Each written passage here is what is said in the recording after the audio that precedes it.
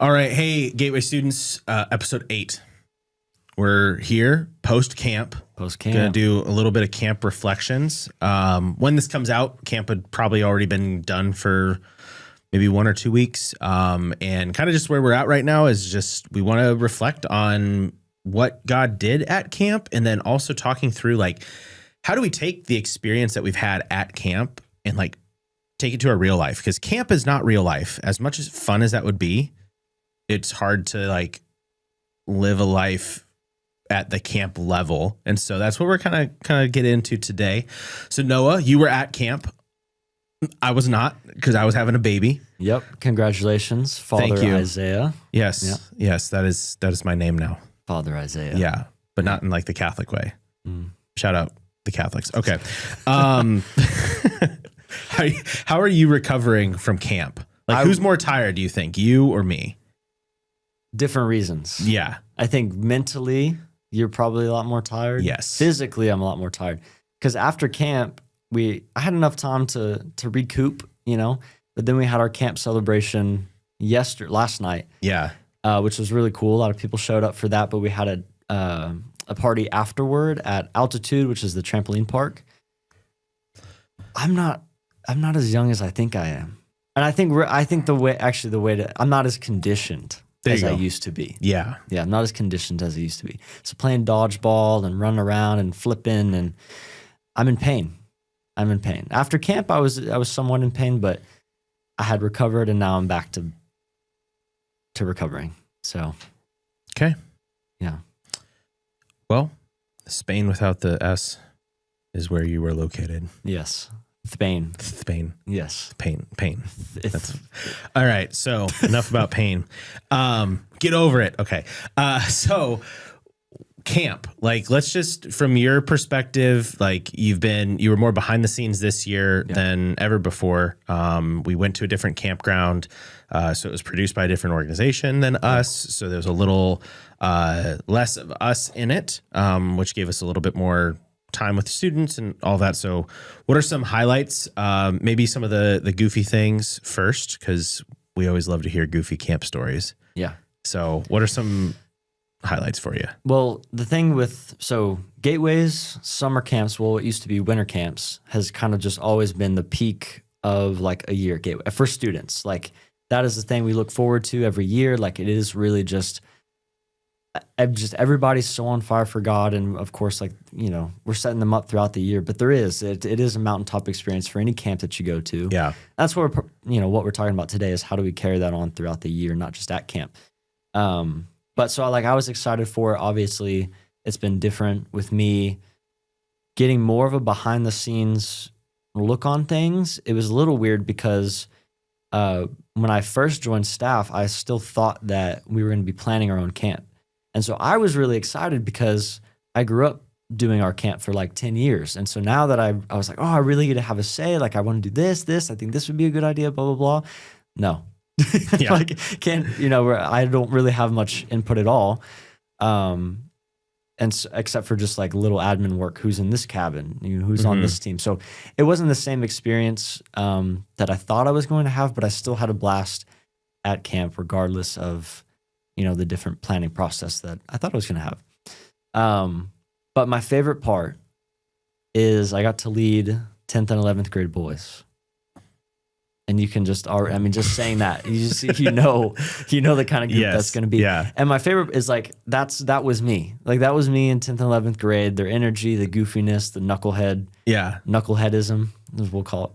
It's a new denomination. It's a new denomination, knuckleheadism. And so that was so much fun. The thing is, part of camp, great group of guys too. Great. Like, when I think of like who that was, you got like Caleb Weston, Ty, Levi, Jasek. I can't remember who else, but like all those guys are just Nick like Burgess. Yeah, just everybody, the coolest dudes, just the coolest guys, and knuckleheads at the same time, Yeah. But here's the thing: when you have a group of knuckleheads, it's easy for them to be knuckleheads the whole time.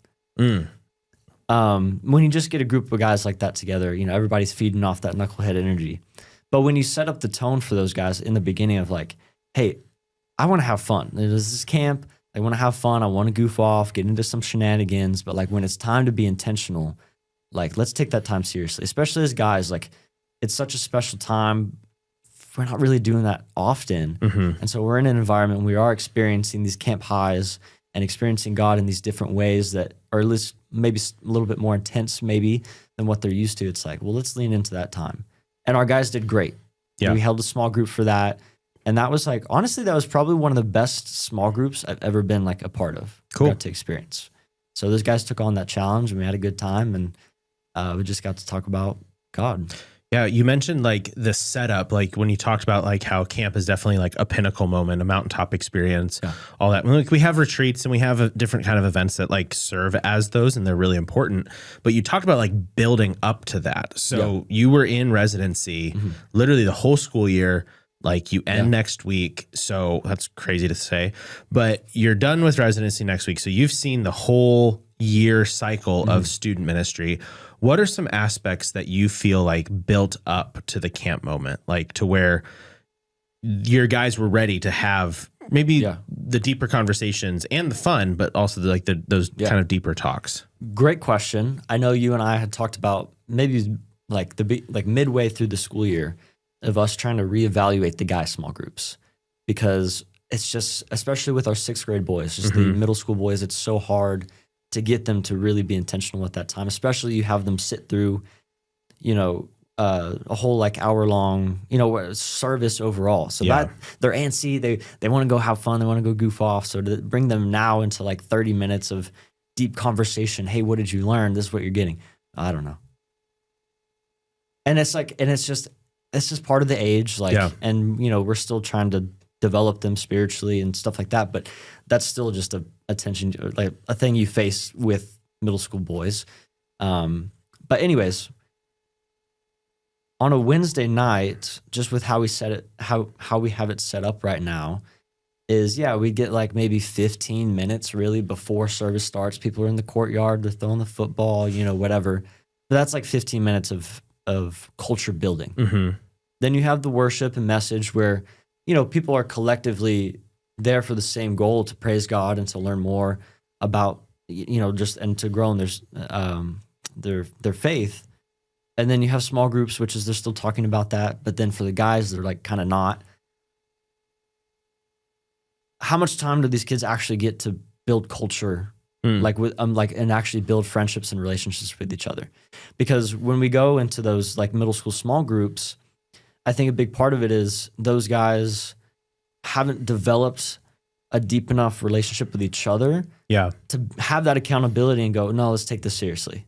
That's something that you don't really get until high school. And I think that's why that really worked with our guys, because you had the balance. Let's go, we can goof off, but like, let's really take this time intentionally. And so I haven't really seen, like when we went into the summer and we had the after parties at all of the, Pete Terry's, Chick-fil-A, blah, blah, blah.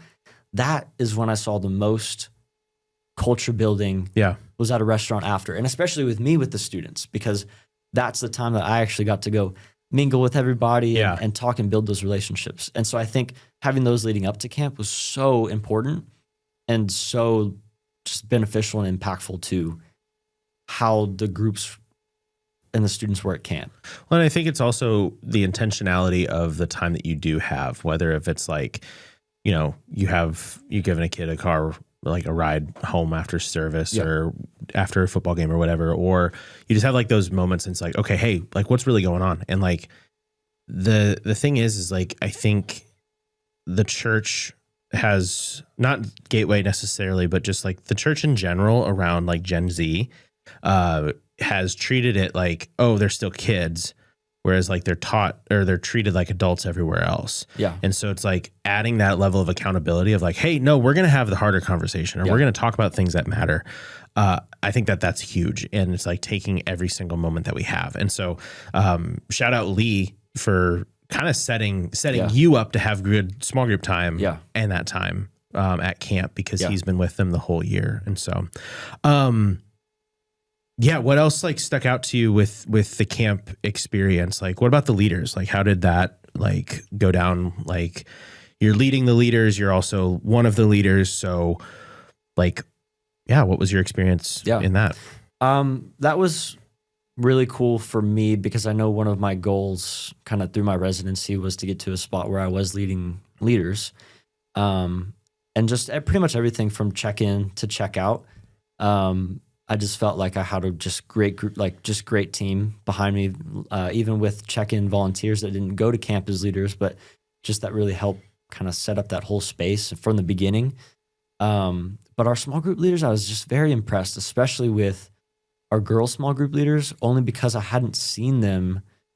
Like on a Wednesday, I'm not in their small group, so I'm not seeing how they're leading these girls. I see the fruit from the students, the girl students, but I've never actually seen our girl leaders lead. And it really wasn't until the baptism class that we had the day after camp that I really got to stay. They held a debrief, the girl leaders with all the girl students, and I was just so impressed. I sat in there for like 10 minutes because that was their space. I didn't want to like be like a hovering thing that was just kind of in the corner of the room, but like I was just so impressed of how these leaders were just leading our students through what was a difficult experience at camp for some of them. And then also just how our students were speaking about it with such maturity and even just having self-awareness and self-reflection of like, well, I experienced this and this was really good. I saw God was working here. I didn't really like this, but I understand this was different. It was still hard for me.